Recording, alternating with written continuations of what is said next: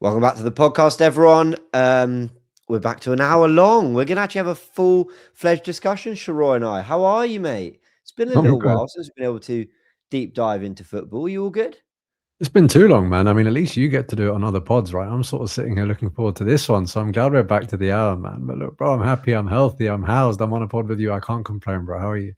Yeah, I'm all good. I'm so sorry. I'm sorry that we denied you the full hour in the past. It's just there's so much content, there's so much happening. We've had to squeeze it in with particular kickoff times and stuff. But good to be back in our usual Friday slot. Chatting all things Arsenal. Things continue to go well for us. Before we go into the football, how are you? How's life? What's new in the world of Sheroy? Life's good, man. Life's good. You know, I started off this pod by saying I'm happy, I'm healthy, I'm housed. And that's because I'm making a point this year of sort of counting the bases, counting my blessings that some people might think are basic and a lot of people take for granted. I can't help but look at what's going on around the world and think, all the stuff that I kind of worry about, man, in the scheme of things, I'm doing all right, right? And I've got a lot of good stuff going on, a lot of good people around me, bro. So yeah, I'm good, man. I'm good. I'm gonna keep smiling. How are you? It's a great way to think about it. Yeah, all good. Not really much new. We're into that part of the new year where we're back into routine. I think last week was a bit of sort of finding your feet again, and then this week it's kind of back to normal.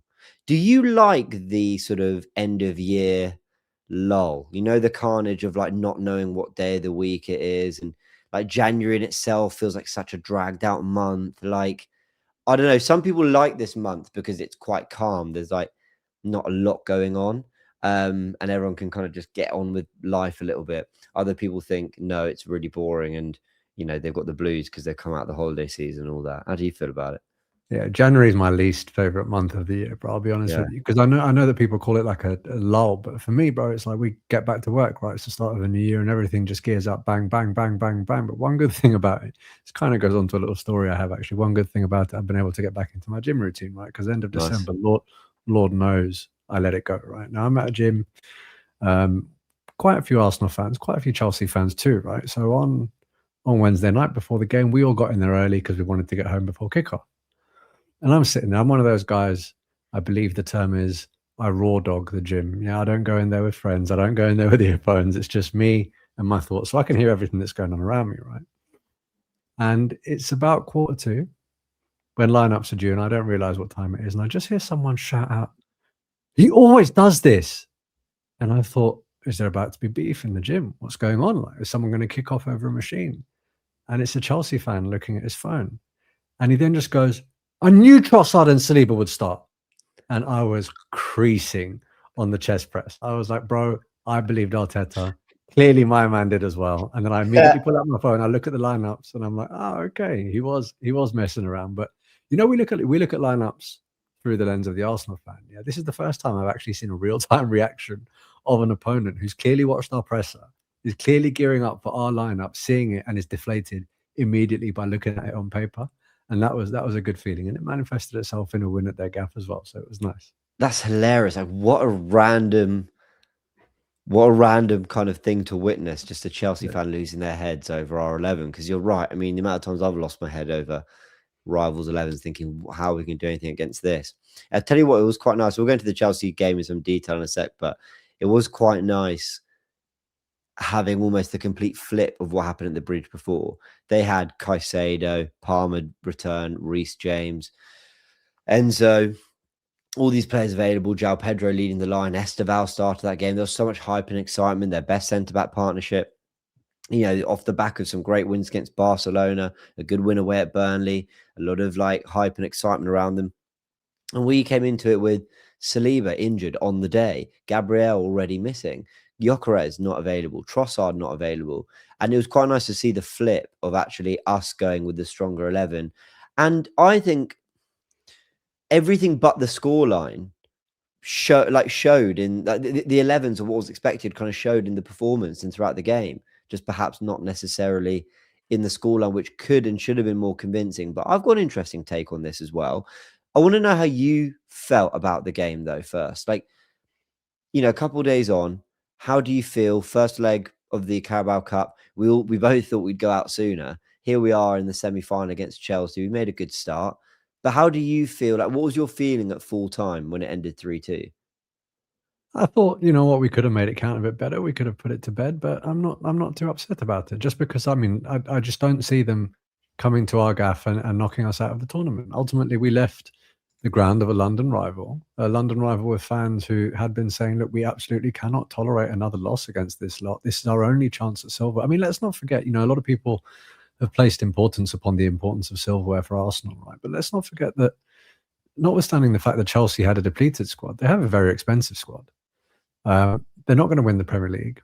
They're not going to win European competition they're in. I mean, this is their best chance at silverware, and they're in the semis, right? So it was very, very important to them as a fan base and as a club.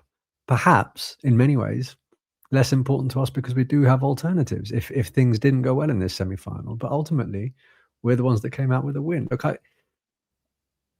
heard your take on it, and I was sat there and I was just sort of like, I don't necessarily feel ecstatic with a 3-2 win at the Bridge. That's saying something, isn't it? That's saying something about not just my expectations for what Arsenal ought to be doing, but my expectations of what I expect of this crop of players and this manager now. That's a good sign. It's a good sign when we're not even satisfied with a win. But I wasn't upset by it. You know, I was probably the same way that I spoke about the Liverpool game. Look, should we have won? In my opinion, on paper, yes. Could we have been a lot better? Of course. Is it that much of a problem in the scheme of things? Probably not. Let's move on. Here, you know, we actually got the win. So I'm surprised to see the level of sort of visceral negative takes that I've seen from certain sections of the fan base. I completely concede that it could have been better, bro. If you can put it to bed early, put it to bed early. I get that. I think a lot of the frustration coming from that is because it is somewhat symptomatic of arguably the only real complaint that people have had about us this season, which is you do everything to get to the final third. In fact, sometimes you even create more than enough chances to finish the game, but you just don't take them. But we're now getting to the point where it's not, well, imagine if it clicks. It's, well, imagine if we just continue what we're doing. Because if we just continue doing what we're doing and the results keep coming in the way that they're coming in, a lot of people will sit there and go, you know what? Who cares, man? Who cares? Remember, we had that sustainability conversation about the way in which we attack. The numbers don't lie, man. I mean, how many have we lost this season? I know that we could have won a few more, but we're very, very difficult to beat, and we are scoring goals from open play and set pieces. So all in all, look, I feel good. I feel quite comfortable about the second leg because it'll be at home. I know they'll have players back, but I back our boys. We're in a good place, James. We're in a good place. I agree, and that's the reasonable take I was looking for, because I am struggling with some Arsenal fans' disappointment. To be fair, I don't think any of that came through from Turkish Jordan or Dion loose cannons. But just others I've heard this kind of sense of, oh, I was a bit disappointed. Oh, actually, I was a bit frustrated. And it's like, hold on. I do think sometimes we need to rein it in. Like, people too often in football try to do 2 + 2 = 4. So Arsenal are here and Chelsea are here. Oh, Arsenal have gone full strengths. That puts them up here. And Chelsea don't have maybe 3 or 4 of their key players. That puts them here. Also, we're in great form. So that puts us here. And their manager is new and his tactics haven't come across. They're going through a bit of a mess. That puts them further down here. So we should beat them 3-0. It's like football's never worked like that. It's never worked like that. So often you see sides, top sides, look open against other sides that they perhaps shouldn't, because they're on the front foot more. It makes it a more open game. So tactically, they're not necessarily ready for what the opposition might throw at them, because the onus is so much on them to play their own football. Like when we beat Wolves 2-1, and we all had a bit of a crash out over that, we then see them go to Liverpool and cause them massive problems as well. We then see them go to Man United and draw that game. Now, I concede we're better than those two teams, but that kind of very quickly after, we started to see, oh, maybe they are no jokers. I think they went to Everton and won, if I'm not mistaken. You then got games like Liverpool at home. Oh, we've got to smash them. We've got to smash them because they've not been very good this season.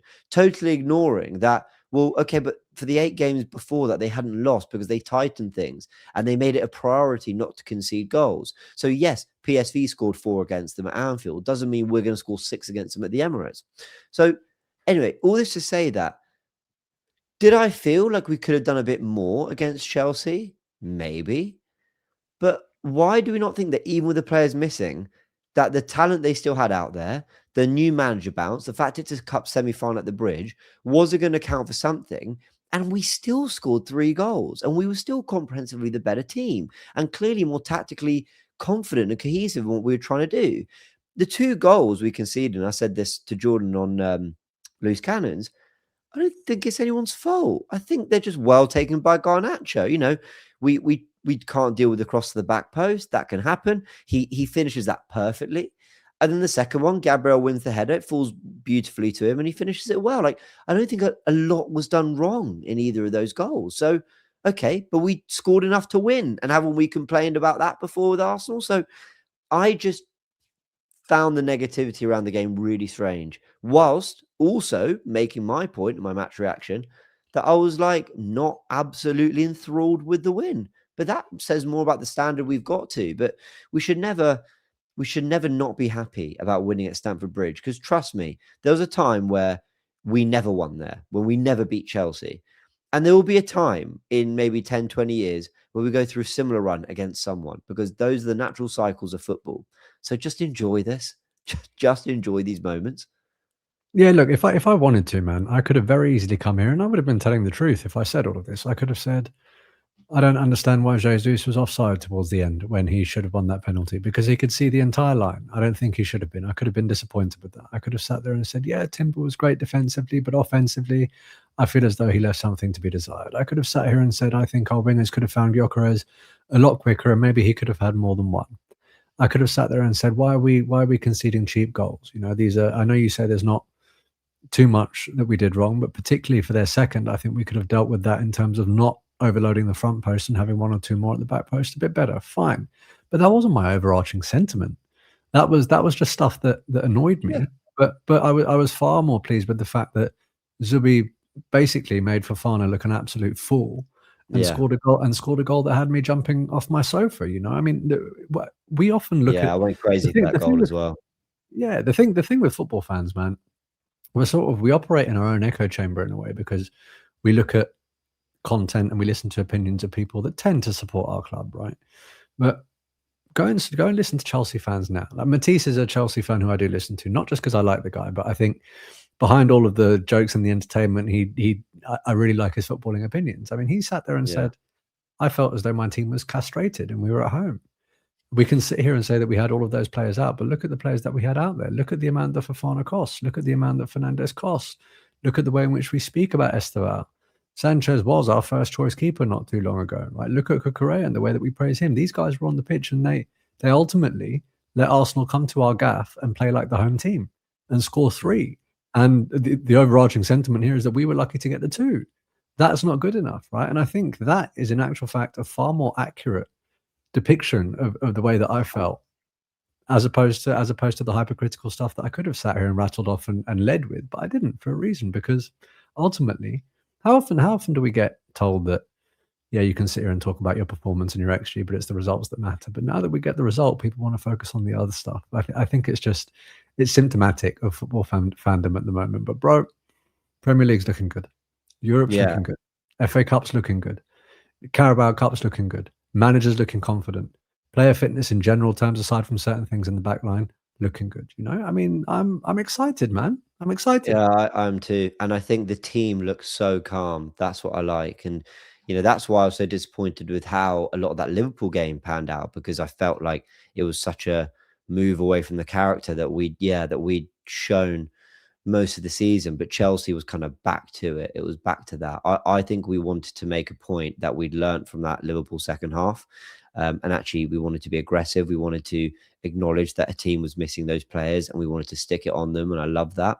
I also think we showed really good composure, even though we conceded 2 goals a little bit out of nowhere. I think we just sort of stuck at the task. I think the substitutions were great from Arteta. You're right. Everything's looking good across all competitions. So yeah, no complaints from me. It's good that we want a little bit more from the team, but it shouldn't come in the way of just enjoying good wins. Sometimes you have a Wolves where you win and it's like, okay, I get why that needed the sort of rhetoric it did after. But other times it's like, just enjoy this. Like, life's too short. Trust me, you can enjoy winning at Stamford Bridge. And yeah, I think we definitely did. Sheroy, I think it's worth telling everyone that we're back with NordVPN, people. They love us, Sheroy. And we love them. Why do we love them? Because they're a virtual private network. You all know that. Because they open a world of content to you, which is more important now than ever before, because Netflix have got rid of some of my favorite shows, and it really, really annoys me. Which But if I ones? want to, Friends, Big Bang Theory, like no longer on Netflix. So frustrating, but it's fine. Got NordVPN.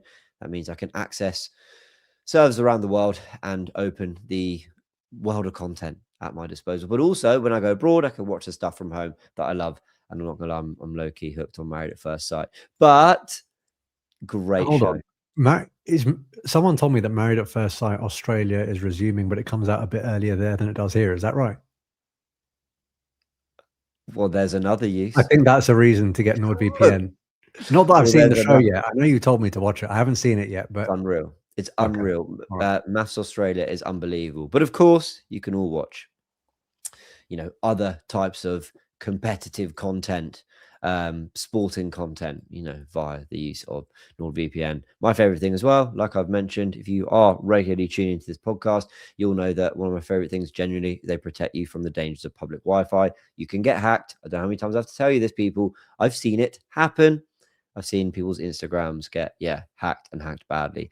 To get the best discount off your NordVPN plan, go to nordvpn.com/the Goonerverse. The link will also give you an extra 4 months free on a 2-year plan. And there's no risk because NordVPN have a 30-day money-back guarantee. The link is in the podcast description below. Big, big thanks to them.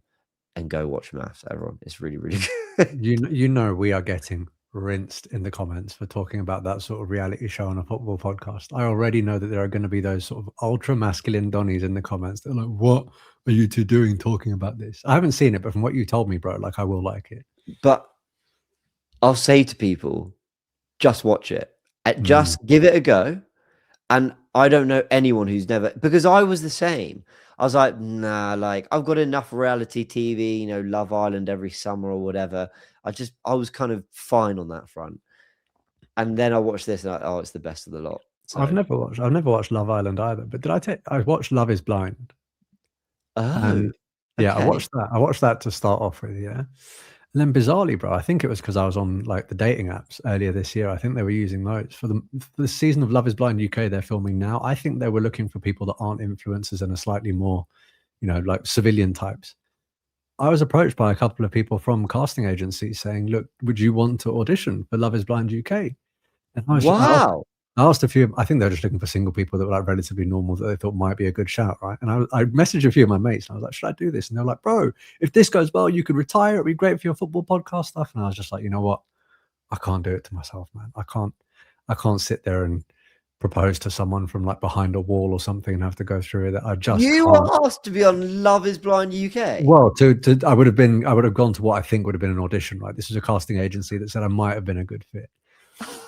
But anyway, I'm glad I didn't, right? Because I persisted with the dating apps, and now I'm dating an ex-Arsenal season ticket holder who had a season ticket during the Invincibles when she was a teenage girl. So I'm very happy. Wow. Well, she's not a teenage girl now, by the way. For anyone that thinks that's weird, she's my age, yeah. So let's just settle that now. I'm very glad that. Yeah. I'll need more than NordVPN to protect me from that one if that was true, bro. My God. This might be the last time they ever work with her. Well, okay. Congrats on the new relationship, and hilarious. It's the same one that you've known about for a while. Absolutely, I know, but if I don't acknowledge it now, people in the comments are gonna be like, "Wow, James really doesn't give a shit." So there we go. But very cool that you asked to be on Love is Blind. I've never been asked to be on anything like that, but there we go. I don't think I'd do it. I mean, I'm not single, so I wouldn't for that reason. But like, if I were, I'm the set. I probably don't have it in me. Like, that's quite. It's not just like there's one thing being on TV. For anyone who doesn't, sorry, we're going on. For anyone who doesn't know what Love is Blind UK is, and there's others around the world. I think it started in America. People meet, they sit in a pod, and they can't see who they're speaking to. They can just hear them, and they talk to them for weeks. and supposedly fall in love and then propose to them. It's So basically it's I've heard that it's the way that Todd Bowley chooses managers for Chelsea. Apparently, it's the same thing. And then they make a commitment to each other, and then they dash each other at the crucial time, and then they move on. That's generally the way. that's even kind to Todd Bowley, because that's a level of like spending time and getting to know that I'm sure he doesn't do. True. So there we go. Well, before we move on from Chelsea and Love is Blind and new relationships and NordVPN, can I ask you, what do you make of Liam Rosenior, mate? I can't get. Have you seen the picture that's doing the rounds online of him as Will from the Inbetweeners? I just can't get. Oh no, I know. It's too much. It is honestly too much. I feel for him, man, because he's starting with this.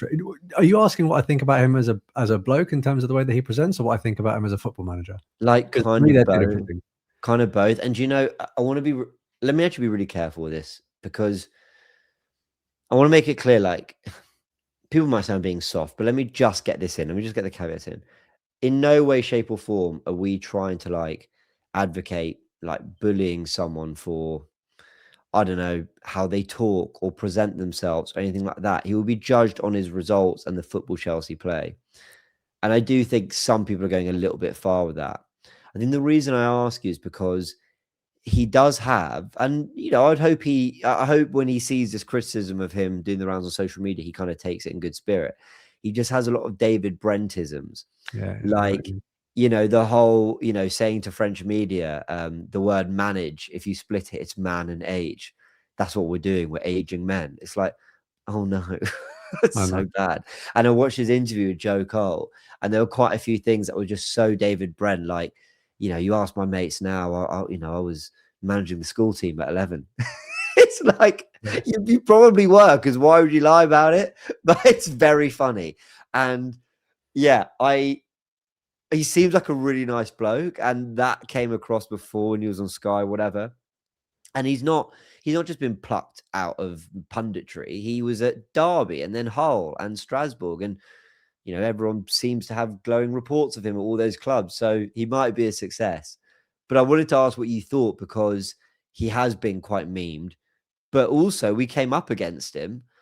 I'm not sure they had too many great ideas that came through, but he's 3 days into the job. And yeah, I don't know. It's just been a talking point, hasn't it? Do you know how easy it would have been for him to make excuses for that result before the game, even because of the amount of injuries and absentees and illnesses they had? I really like the fact that he said, "Look, we've been through it a bit. This person's suspended. This person's injured. This person's ill, or whatever." And he basically came out and said, "It doesn't matter. This is Chelsea Football Club, and he said the right thing there. I know he's memeable, right? But this guy's coming in. Honestly, I know that there's pressure because it's Chelsea Football Club. I understand that. But given the expectation of him, given the way that a lot of people are going over the top and already writing him off, in many ways, bro, the only way is up for him, because people aren't expecting him. People aren't expecting him to get them into the top four. People aren't expecting him to win them a trophy. They might expect that of Chelsea Football Club, but I really don't think they expect that of Liam Rosenior. So he could very quietly go about his business, and ultimately what people on X say, what these people who get engagement off making you look like Will from the Inbetweeners say, what all these people laughing at you say, really doesn't matter as long as the people in your dressing room do not feel that way. One of the problems that I think we had with Unai Emery, because he was subject to a lot of that stuff as well, some of which I was deeply uncomfortable with, actually, and I said it at the time. The problem is the dressing room sort of, I think, eventually looked at him the same way. And I think he lost that element of respect in the dressing room, not meant necessarily for those reasons, but maybe because of the way that he was setting us up. Maybe because we had some bad characters in there. I don't know. So the key for Liam Rosenior for me is just make sure you command as much respect in that dressing room as possible, and everything else will follow and everyone else will shut up. That's not me wishing Chelsea well, by the way, but the reason I tried to divide the football manager thing and the person thing is because, one, I haven't watched enough of him to be able to give you a well-informed opinion of him as a football manager, but there are certain things that I saw. Look, his subs made a difference. He chose a relatively adventurous lineup, notwithstanding all the injuries, and I like the way that he answered the pre-match stuff about the injuries. So that all was fine. But bro, he's the kind of guy that I've got friends like him. I get along with people like that. He just seems like a nice, slightly awkward, funny bloke. He seems like a decent dude. I don't have any animosity towards him. He's not the kind of manager I think is going to going to rub me up the wrong way. Pause. Like he's the kind of guy that I think I'm just going to be watching and going, oh, okay, cool, fair play. You know, like there are certain managers that I listen to and that I'm pissed off listening to them. They grind my gears. He ain't one of them, man. He isn't. I think Chelsea are going to prove a stern test for us at the Emirates for this second leg. I actually think we'll be quite comfortable in the Premier League game, but I think in this second leg, knowing basically don't F it up and we're in the final, I have a feeling that we might show some nerves, and Chelsea, with all those players back, might come and show some real character. But let's hope it doesn't go that way. So I wanted to talk about the next 5 fixtures. That's really what the rest of the pod's going to be about. How have we done 25 minutes already? Oh my God. Sorry, carry on. No, I know. I kind of saw it and I went, oh yeah, we better go on with the main part of the podcast. So is this hyperbolic? The next 5 games could decide the title. Not will, but could. Here's my pitch. Arsenal's next 5. Forest away. This is just purely Premier League games. Forest away. Man United at home. Leeds away. Sunderland at home. Brentford away. So, in that 5, we'll tick off another 3 away games. We will play another big 6 side. It'll take us to mid-Feb. So there'll be I think there'll be 12 games left after that, if I'm not mistaken, in the league. Yeah, something like that. Man City in that same stretch of games have Man United away, Wolves at home, Tottenham away, Liverpool away, Fulham at home. And for the sake of it, we'll chuck in a 6th, Newcastle at home after that. But 11th of Feb, 7:30, Fulham at home. That takes us in line with our Brentford game. So those are 3 huge away games for City. But there's an element of test in ours too. I said on Loose Cannons that if we come out of that run of 5 games with the gap less than the 6 points we've got, then I'm worried. I'll be very worried if City come through that run and we come through our run and the gap's been closed a little bit. Naturally, I'll still back us if we're still top of the league and all that. Cool. I mean, ultimately, you're 5 games close to the title and you're top of the league.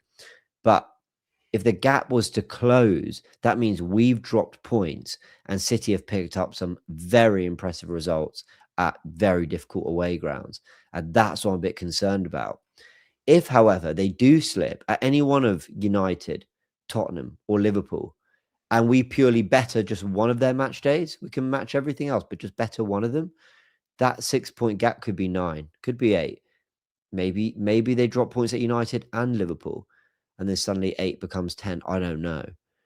But I think this next 5 could decide the title strong, but if we come out of it 8+ points, which is possible, things are looking unbelievably good for us, Sheroy.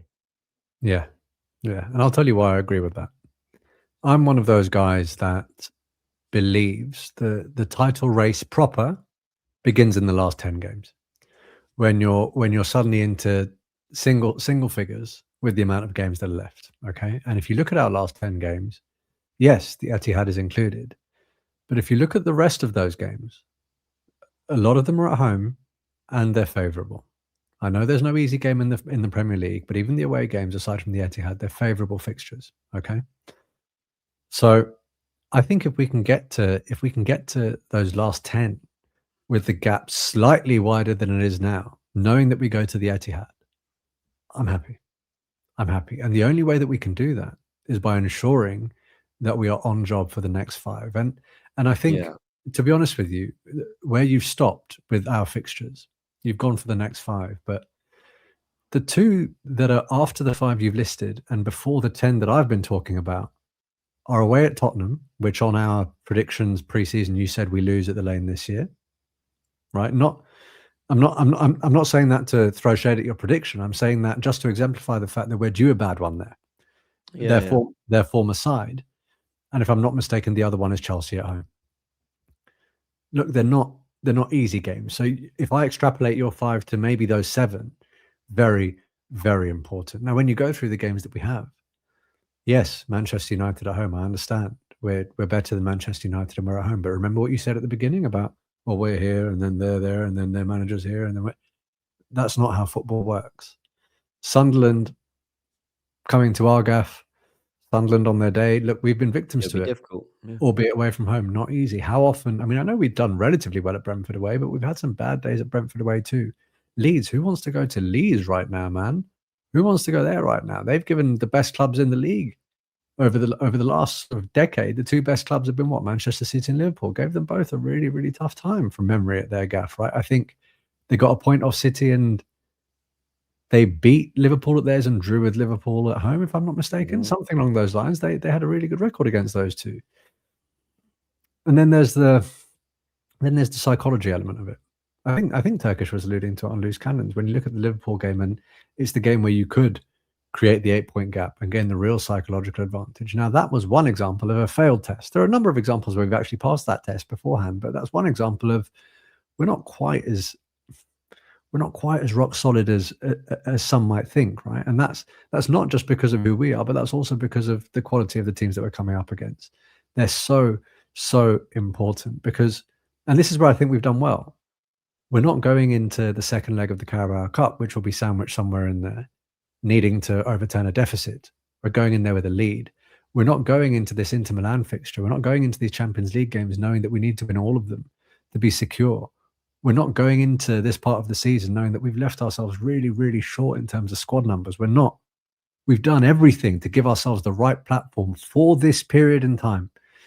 So that's a long way of me saying, yes, they're very, very important. And yes, they could decide the title. If not mathematically, certainly psychologically. Certainly psychologically. If that gap gets to a certain point, I know that Manchester City in years gone by are mentality monsters. But if we suddenly, but let's say we get 5 wins out of the next 5, they look at the gap and they go, there's 12 games left. They're not going to drop that many points in the next 12 games, man. They're just not, these guys are human too. These guys are human too, particularly with their defensive frailties. I want to go into that last 10 with the gap ever so slightly wider than it is now.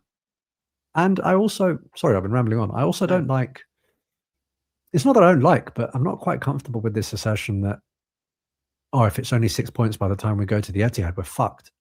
I'm sort of like, do you really have that little faith in us? Because if you do, then are we title challengers at all? The notion that we could go to the Etihad with a 6-point gap, lose, and still be 3 ahead with a few games to play with the fixtures that we have, I still think we ought to be confident that we can do that. But a lot of people are saying, no, if it's only 6 by the time we go to the Etihad, we're done. It's a real problem. I'm not quite there, man. I think I have a bit more faith in how battle hardened we are than a lot of people. Maybe I'm a bit too positive. I don't know. Maybe I just like the way that we've been operating this year, but that's where I am with it. And that's why I began this podcast by saying I'm excited. I meant that. I really, really am. I'm waiting for 5:30 on Saturday, bro. I really am.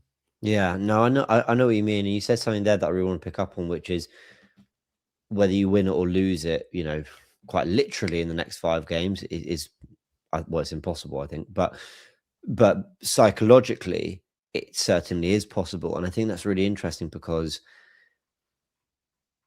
where I was saying if we win our next 5 and City basically slip up even once in this next, 5, then I'm feeling incredibly. If we better by 1 game their next 5, I'm feeling supremely confident about winning the title. I do simultaneously think if they better us by 1 game, which basically means cutting that gap from 6 to 3 or 4 is basically what we'd look at, something like that, or potentially more. But even if they do it to that,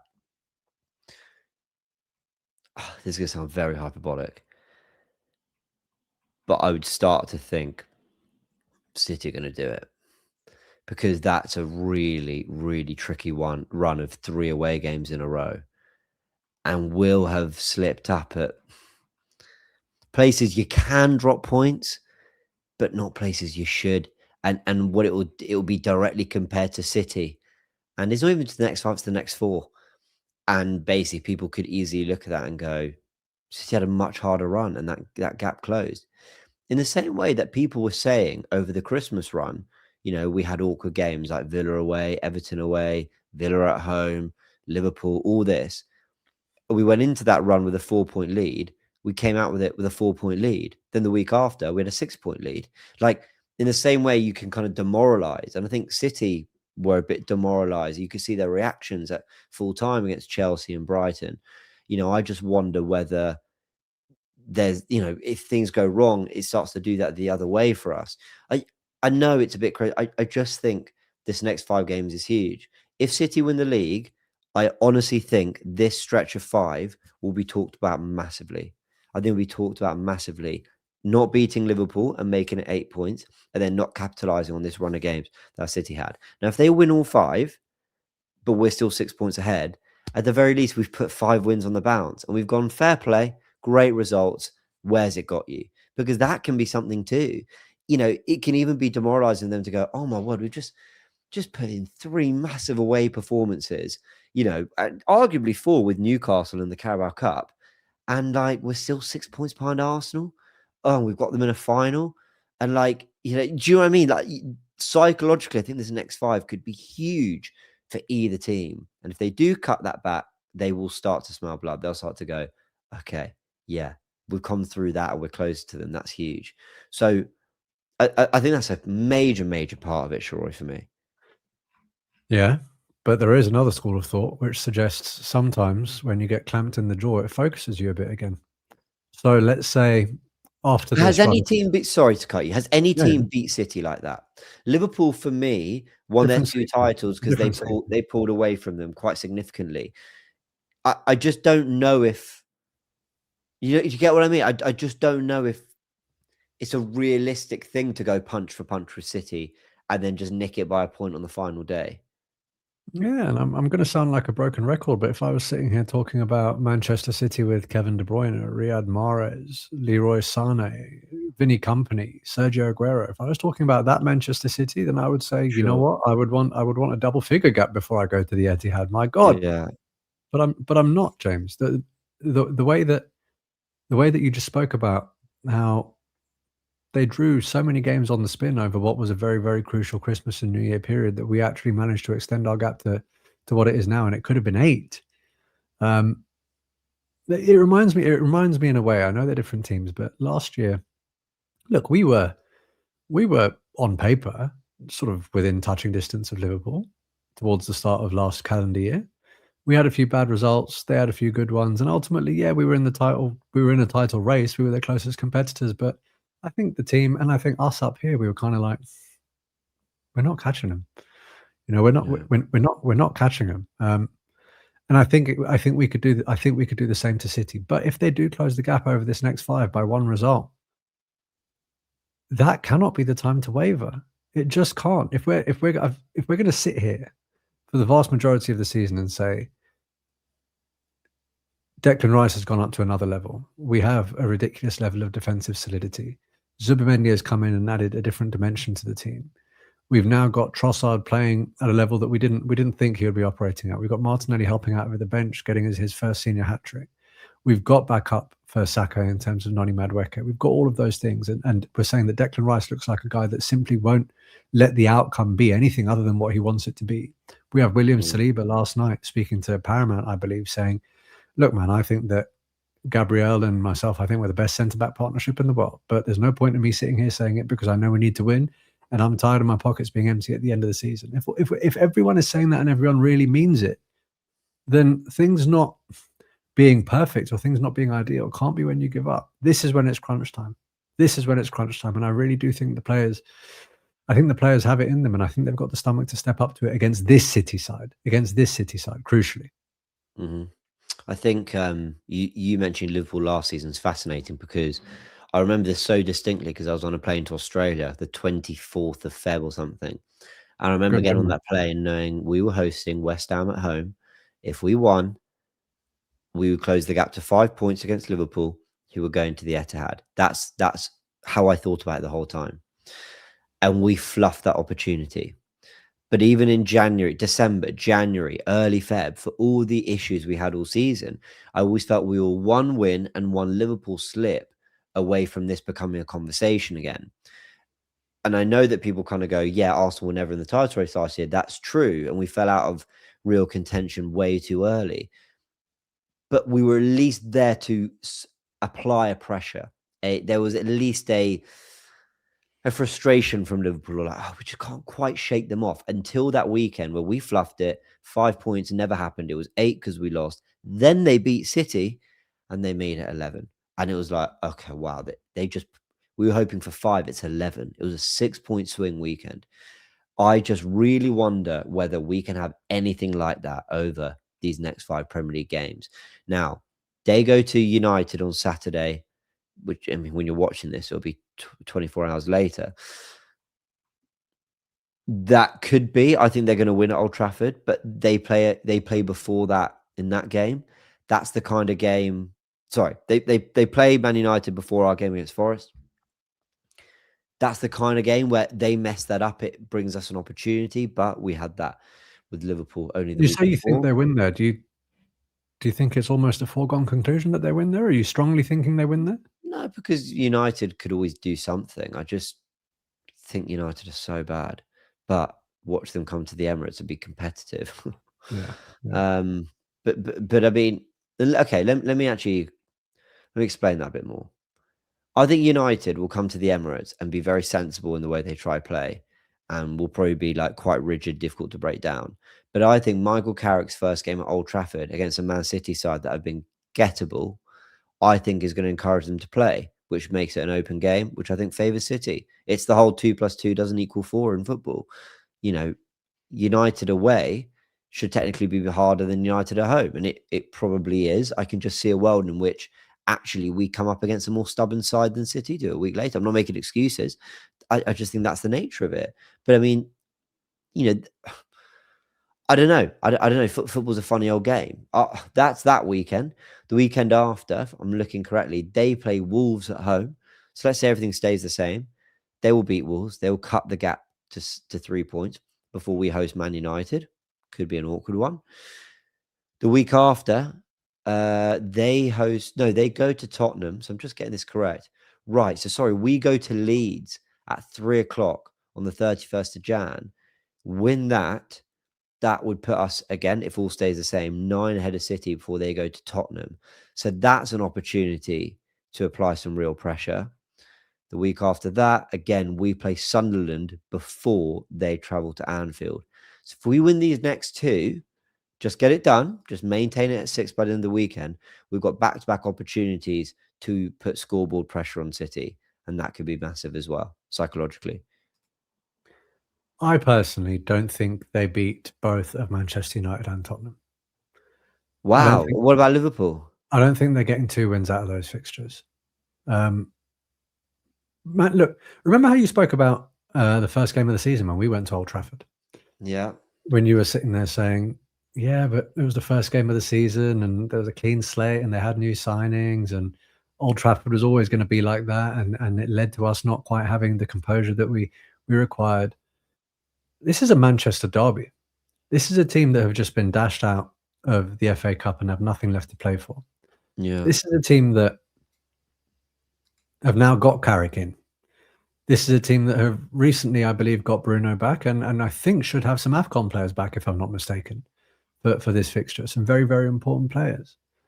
Look, I might look like a fool after this, but I'm just sitting here saying there are a number of reasons as to why that may not go City's way. When we're talking about Tottenham, how many times have Tottenham been in dog shit form but somehow managed to get a result against Man City? Thomas Frank has done it, in fact, this year.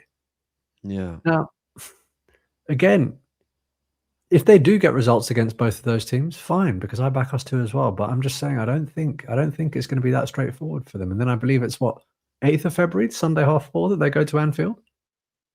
I mean, look at us. You know, we're a very good team this year, but we struggled against Liverpool, and we were just saying that Liverpool have tightened up and made themselves very, very difficult to beat. Now, I'm not suggesting that Liverpool are going to win just because they're at home. But I think they could get a point. I think they could frustrate City in the same way they frustrated us. And I think the Slot could come up with some sort of plan. We're in a position now, James, where we have such a lead that we're not looking at teams to beat City. We'd be happy with them dropping points in draws. And I think draws are very, very realistic in a number of those games. Yeah. Yeah. I think you're right. It's Probably my Arsenal PTSD just telling me like, look, just expect City to just keep powering through, but they And haven't. the players have to expect that. Don't get me wrong, but I'm not looking at it as a player. I'm looking at No, it, of course. you know, and that's where I am with it. That's fair. That's fair. I think we should talk transfers quickly. Not because of anything really concrete happening, but because of this link to Anthony Gordon. Comes from a Twitter ITK AFC Amden. I cannot tell you how legitimate it is, other than lots of people take this source seriously on Twitter. By lots, I mean news aggregators, I mean people, content creators, quote tweeted by people, replied to by people who, make content and are sort of right in the thick of the world of Arsenal. So they take them seriously. Anthony Gordon supposedly a top target for Arsenal this summer. Arsenal are going to look to make a move. I said on my reaction on Goonerverse News that makes complete and utter sense.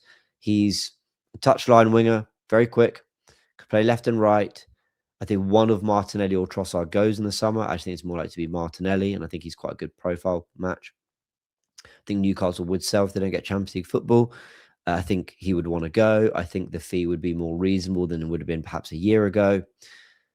I think Arteta would work brilliantly with him. I think he'd want to play for Arteta and Arsenal. And the big thing that's being spoken about, Sheroy, is, well, why don't we go for other left wingers? Why don't we go for Semenyo? Before we explore that, what's your view of potentially Anthony Gordon coming in the summer? When I sit there and I think about the type of left winger that we want to sign, my mind immediately goes to, I would want them to be tangibly better than the wingers that we have. Right. I would want them. That's what I'm looking for. I'm not looking for a left-sided option, because I think we have decent left-sided options, and I'd put Eze in there as well, actually. Yeah, I'm looking for.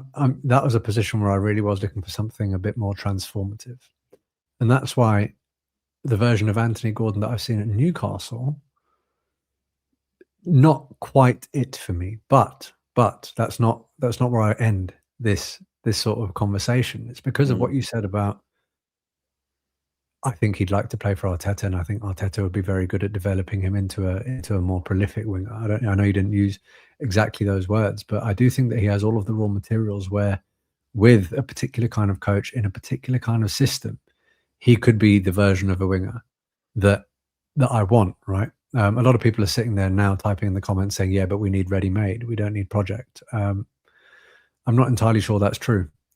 I'm not entirely sure that's true. And I say that because, look, whether we like it or not, Semenyo has gone. How many other people are there on the left wing? Even the big names this season haven't really performed the way in which we thought. And Anthony Gordon, for whatever people say about him, raw materials, this, that, and the other, I think he has shown at Newcastle that in the right environment with the right players around him, he can be very effective. And what we look for in terms of our wingers is, are they effective? Effective and efficient are, in fact, the words that people use to describe Bukayo Saka as why he is so good. He is effective and efficient. I think that Anthony Gordon could very well replicate something close to that on the left-hand side in the right circumstances. Yeah, I think the best version of Anthony Gordon we've seen in the Premier League is a winger I definitely want. But I also don't want us getting inconsistent players who are sort of sometimes great, sometimes not. I agree with you. If Martinelli's going to leave and we're going to bring in, a new left winger, I want them to be someone I can really depend on for their consistency, for, all those things that I can just look at and go, yeah, like you're ready to storm it on the left for us. But I find this so difficult, Sheroy, because I try to be somewhat realistic with transfers. People have mentioned Nico Williams, Bradley Barcola, Vinicius Jr., and Rodrigo. Well, Williams, no one's been able to get out of Bilbao for years. He keeps signing new contracts and he's on big money. So whatever stumbling blocks were there before, they're still there. Bradley Barcola is playing for one of the best teams in the world.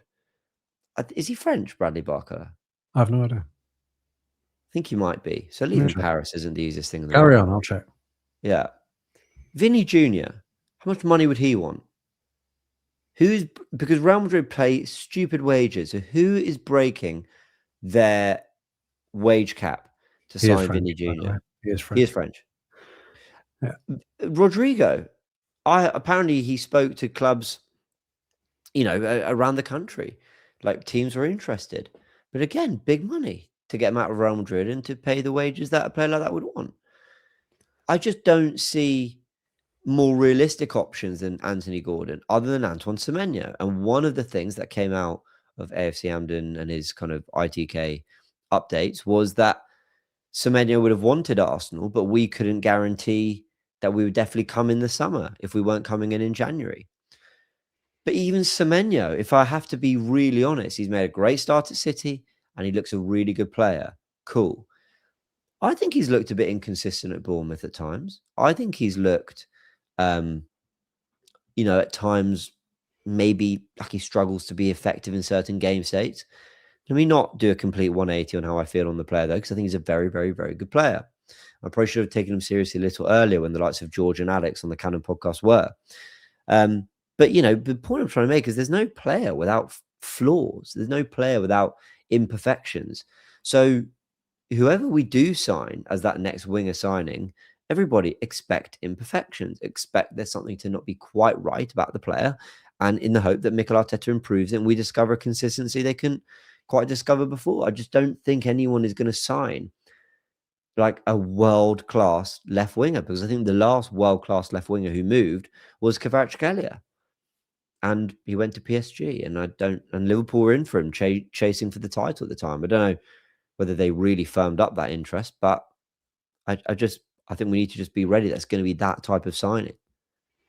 Yeah, look, I mean, if you asked me last summer, if you asked me 2 months ago, and if you asked me now, would I choose Semenyo or Gordon? I'd have to say I would choose Semenyo, and that's because I just feel as though he is the more decisive on the flank. I feel as though he's already shown that he can get the number of goals in the Premier League that I think we want from that flank. And if there's one complaint that we have about our front line is they're not quite as decisive.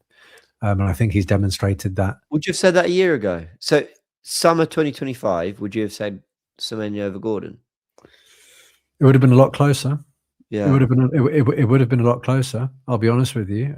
But you know your point about consistency at Bournemouth. Look, mate, I felt the same way about Eze before we bought him. I knew what he was capable of, but he wasn't at that level throughout for Palace. But I knew what he could do. I knew he could be the difference maker, and that's why I was excited about the signing. I think I would have been looking at the Semenyo signing the same way.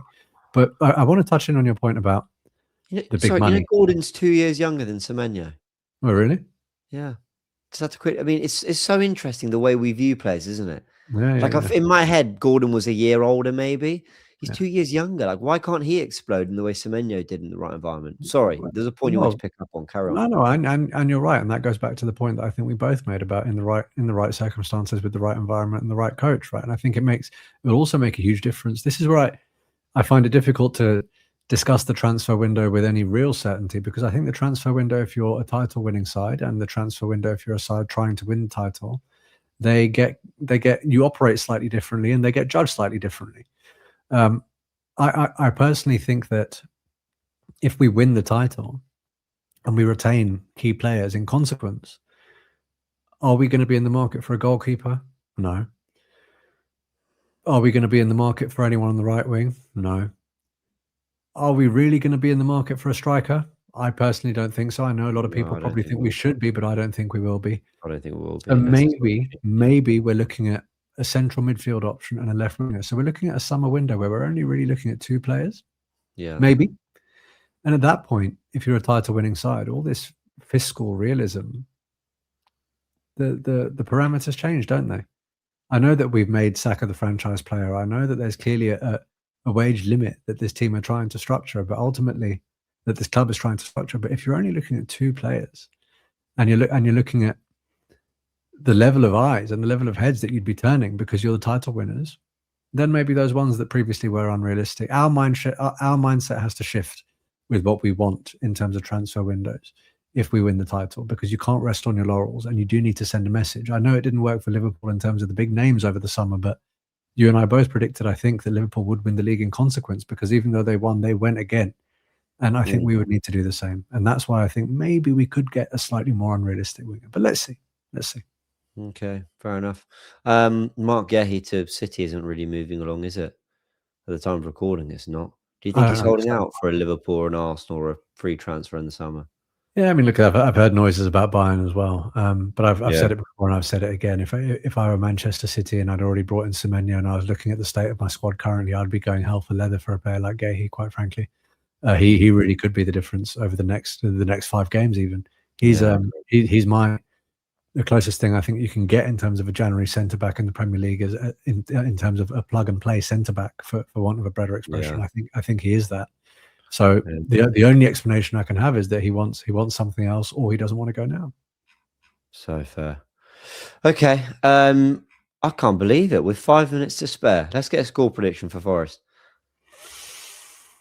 3-1 to Arsenal. I mean, it annoys me that I'm saying that because I want to go back to predicting clean sheets, but there is something about us, isn't there? In terms of giving the other team one. I'd like to see us get back to the way that we were operating earlier. I'm cutting us a bit of slack because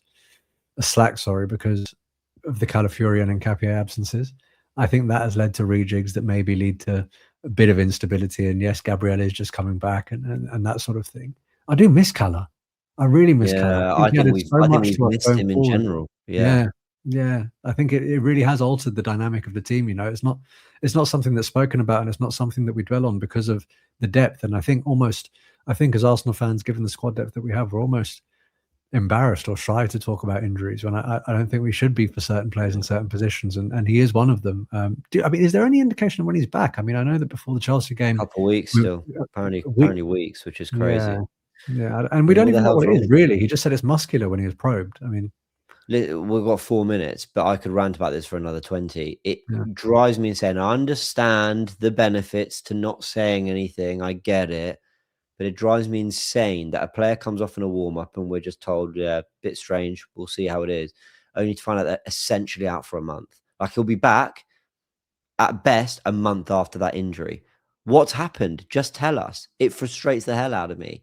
And also, how much like the opposition really benefit from it? Like, they won't. Like, they'll see on they'll see in the run up that he's not been playing, so they'll assume he's not going to start. Like, I don't think opposition benefit really. I'd rather just know. I think the lack of transparency around injuries is really, really strange. Yeah, but go and speak to that Chelsea fan in my gym that saw Trossard and Saliba in the starting lineup when he thought they weren't going to play, mate. I mean, yeah, different, but I hear you. Well, let me ask you this super quick. Zinchenko's loan might be terminated. Would you keep him for the rest of the season? what's the point? Sorry, but I would. mean, you're going to play him either in the midfield or at left back. We just need a body, my friend. At the moment, Timber started left back, and the only backup fit defender we have is Lewis Skelly, who's actually a 19-year-old midfielder. Just bodies, man. Just bodies. We're in 4 competitions.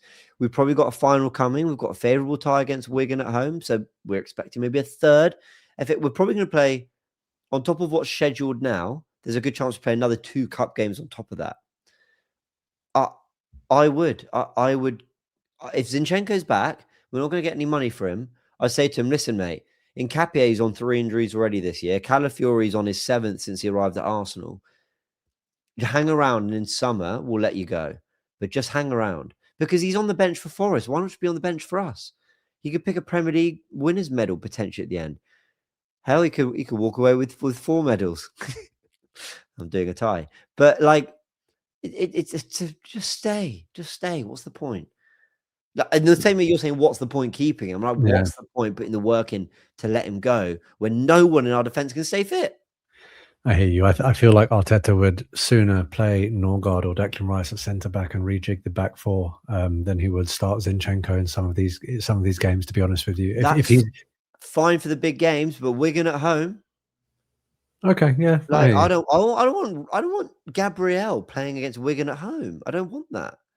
I'd rather one of the centre backs return fit. Norgard drops in, Zinchenko comes in, Lewis Skelly's in midfield so Rice can get a rest. You know, Marino's at the 6, so Zubimendi's rested. Do you get what I'm like? That's sorry. I know I'm being very.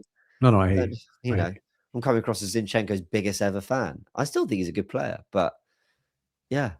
Anyway, interesting one. Let us know in the comment section below, people. As always, a big thank you to NordVPN. Remember to get the best discount off your NordVPN. Go to nordvpn.com/the Goonerverse, and that link will also. This link, you got to do it on this link, people. There. We'll also get you an extra 4 months for free on top of a 2-year plan that you select. There's no risk because there's a 30-day money-back guarantee. So people, go open a world of content for yourself, whether you're traveling abroad or you just want more content for where you are. You can do that with NordVPN. You can also protect yourself on public Wi-Fi. The link's in the description below. But for the price of a cup of coffee per month, I think it's a great deal. And if it's not for you, there's a 30-day money-back guarantee, and you're helping the channel massively if you're doing it. And a big thanks to NordVPN for partnering with us again. Everyone, if you want to go check out other content, you do it. Oh, I went the wrong way. That way. That video. Subscribe down there. See, Max, now I can do this. Max has put me in this position. Subscribe down there. If you want to listen to us, it's just one over. Click on those, but please subscribe. Go subscribe to Sheroy's Voice. Sheroy, you going to be back soon? Yeah? Yeah, we'll talk about that sometime. Okay. But for now, you can catch me on here. And I want to say big up to the Goonerverse community, because one thing I've noticed about your community is whenever there's someone that drops a negative comment about one or two of us, you've got at least 5 or 6 people who jump to our defense in the comments as well without asking. And I love that. That isn't to say that we don't like the criticism, but I love the fact that you guys come and try and stick up for us, even though you don't know us like that. Like it makes me feel as though you guys are our people, man. So I love for that. Very true. Very, very true. Love for that, people. All right. We're going to leave it there. Big thanks. Catch you all very, very soon.